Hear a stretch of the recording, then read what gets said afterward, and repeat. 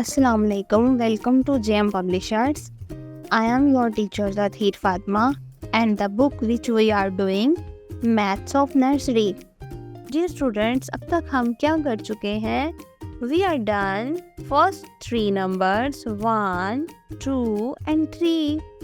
And what will come next? 4. So students, आज का हमारा लेसन है नंबर 4 के बारे में. Let's see number 4 on page number 15 of your book. This is number 4. Say with me.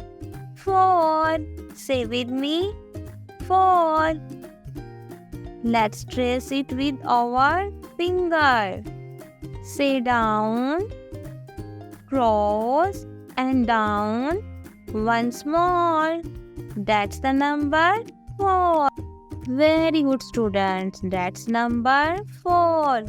Now look here, this picture. We see 4 balloons. Let's count them.